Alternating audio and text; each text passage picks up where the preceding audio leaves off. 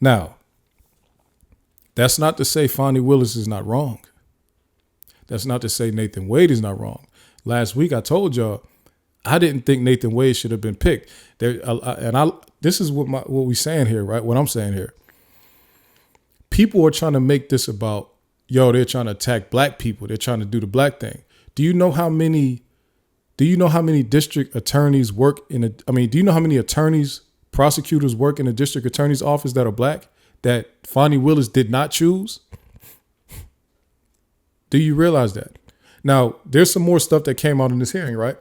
Fani Willis made a request to the Fulton County Commission to get more funding so that she could prosecute a bunch of backlog worth of cases, millions of dollars worth of cases. So she needed millions of dollars, right?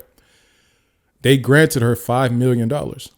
And with that $5 million, she was supposed to hire a bunch of lawyers so that they could prosecute more cases. They had a bunch of cases backlogged, right? So pretty much what she did and what they're saying and alleging is that she pretty much used the money that she got to hire people to do backlogs. She used it and paid Nathan Wade so that he could prosecute Donald Trump. A new case. So this is all bad. Ashley Merchant was able to get records of what she was asking for. One thing she couldn't get, though, because Fulton County refused, she tried to get a copy or some proof as to what that money was used on and how many people got hired, how many full-time prosecutors got hired with the money that she requested from the county.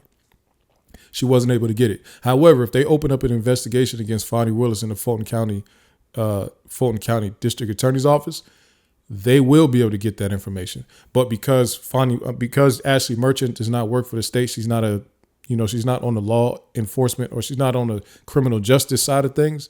She's a defense lawyer. She can't just get certain documents that the law side could get. So, you know what we found out here? Nathan Wade has never in his career prosecuted a felony case. Let me say it again. Nathan Wade, at no point in his career, has prosecuted a felony case. So when we're talking about something being about race and them attacking them because they're black, why didn't Fani Willis choose one of the black attorneys that works in her office that handles stuff like this? The Fulton County District Attorney's Office has their own, they have a whole division for corruption cases, just like this. They have a division full of prosecutors that handle cases just like this. They also have experts on RICO cases in that office. They hired none of them. They hired the man that she just happened to be dealing with that has never handled a felony case in his life. We gotta figure this out. We don't have to, like, this to me, this is on a grand scheme, right? I mean, this is on a much grander scale than what my example I'm about to use, but this to me feels like the Sha'Carri Richardson situation. Remember a few years ago for the Olympics, Sha'Carri Richardson threw herself out of contention because she smoked weed, got high, failed a drug test. And somehow people was making it seem like she was just being attacked because she was black. Like, you just failed a drug test. Like, it's not like it's not a, I love the race card. You know what I mean? Like, if you look at my wallet and you look at the cards, I have a race card in there. You know what I'm saying? I love to use the race card. But some stuff is just laying there right on the table for us to just say, we actually can just take accountability for that. Is that we don't even have to look nowhere else. In this instance, Fani Willis just has to take accountability for making a terrible decision. It makes no sense. There's nowhere where you can point to at any point in the decision-making process that was involved in her choosing Nathan Wade as a special prosecutor to prosecute one of the most complex cases in the history of this state. Choose a man who has never prosecuted a felony. There's no point in that decision-making process that you are going to be able to tell me that makes sense. There's no way. No way. Her office has a corruption division. Her office has RICO experts. But she hired outside special prosecutor. Bad decision making. Terrible decision making, man. And now look at the situation we're in. And I honestly don't think that Fani Willis knew that Nathan Wade was doing foolishness with that money. I don't think she knew that he was hiding money in different accounts and not paying himself properly and hiding money from his wife. I don't think she knew that.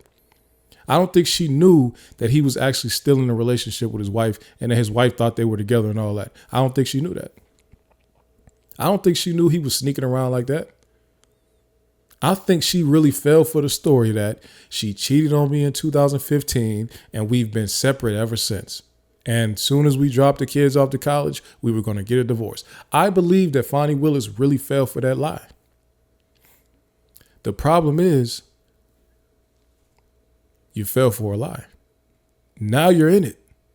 Now you look like the person that has been getting money from the county, funneling it to your boyfriend, and then he's been spending that money on you and vacations. What do they say to criminals that are not on the law side, on the criminal justice side? Ignorance is not an excuse. Just because you didn't know what he was doing is not an excuse. That's what they tell us, right? That's for sure what they tell us. So let's get back into what was going on in this thing. So remember, they said that this relationship between Fani Willis and Nathan Wade didn't start until March or around springtime of 2022.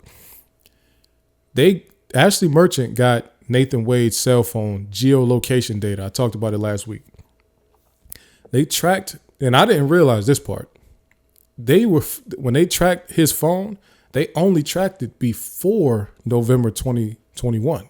But they only tracked his phone before the Trump case. Because this whole thing was about them saying we weren't dealing with each other until after the Trump case was selected and he was the prosecutor already. Then we started dealing with each other.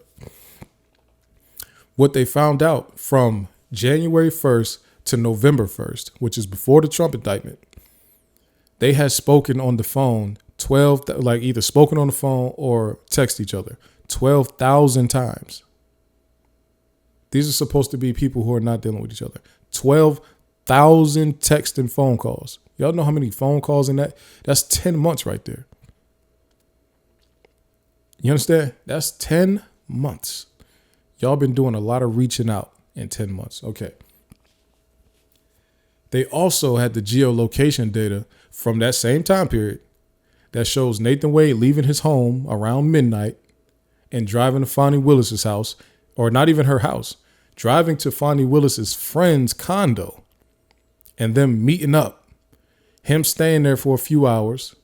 They have cell phone data, so they're tracking the tower information. They triangulate and they know exactly where he's at.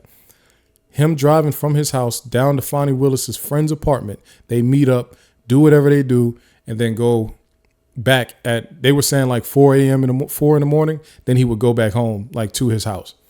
The thing about that is, according to Fani Willis and her dad, Fani Willis only started using that apartment in Hapeville after the Donald Trump indictment because she started to get threats and people coming up to her, showing up to her house, threatening her and stuff like that. If the indictment didn't happen until November 1st, then why were you meeting this man at this apartment before that? So now let me backtrack on something that I just said. I just said I don't think that she knew he was creeping around. She did know. That's why she wasn't having that man come to her house. They had the friend, Robin Bryant, put an apartment in her name, and then they would use that apartment to meet up with each other. Fani Willis would go back to her house. Nathan Wade would go back to his house. So I scratched what I said before that she didn't know. Either way, I think she's cooked now. But so for sure, they were using this apartment to do their creep thing, right? And I know if you're listening, you're probably looking at it like it sounds like I'm on the side of Trump in the defense. I'm really not. I'm on neither side. I'm just saying, like, if you look at what's going on, it looks terrible for Fani Willis. It does not look good. It doesn't look like anything she's going to be able to get herself out of either. Because when you press people in certain positions, you need to make sure all of your ducks are in a row. You need to make sure that your slate is clean, and your slate was clean until you started dealing with Nathan Wade. I'm really trying to figure out what made you deal with this man. And it's not to say I think he's a bad guy. I'm saying what made you deal with him. You, to me, should be a catch. You're a super successful lawyer. You just won an election. You should have your pick of the middle-aged men. By middle-aged men, I'm saying between 40 and 60 years old. You should really have your pick. You're a good-looking young lady. And I'm saying young lady being, whatever. She's a little bit older than me. But I'm saying like good-looking young lady, successful, got your own money, got power in the city. You could pick somebody. You know what I'm saying? You didn't have to go for the married man that was a lawyer and they trying to give him jobs and contracts and stuff. Like, you didn't have to do that. Now you really about to jam you up. In this hearing with Ashley Merchant, they ask Ashley Merchant pretty much like, what is this illegal? Like, what are we looking at here? Ashley Merchant said, yeah, this is felonies we talking about here. So what are the consequences for an attorney to give sworn testimony that she did if you're Bradley, what is it, Yurti, your Trackhawk data, your other independent verifications are found to be truthful? It's a crime. It's a felony. You'd lose your license. Yeah. It's perjury. Same for Wade. Yes. And we have rules that are one of the, outside of privilege and confidentiality, we cannot suborn perjury. So if I have a client who tells me I did it, I can't put them on the stand to say I didn't do it. Okay. I would lose my license over that. I cannot do that. We're talking about felonies for a district attorney, all because she wanted to give her boyfriend a contract. Is it worth it? See, people look down on, trap queens, the girls who hold packs for their boyfriend, hold guns for their boyfriends. They look down on them and say, don't throw your life away for that man and all that type of stuff. This is the same thing to me. This is the same thing. This woman was willing to put her career on the line, her livelihood on the line, everything she worked for the last 40 years on the line. I don't even know what she was getting out of it. She was the one dishing all the money to him. The money he was using to pay for their vacations was coming from her contracts. So I don't even know what she was getting out of it. What did she gain from what she's doing? A boyfriend? Somebody's husband? So you're not lonely now? Come on, man. It's not worth it. We gotta work smarter, not harder. Come on, man. Let me see what else was said in this thing here. So yeah, they asked her like, what kind of trouble can they get in? They like, yo, these are felonies for sure, and they could lose their licenses. So I really think this committee came together and they said, because this committee is mostly Republican. So I'm looking at it like this.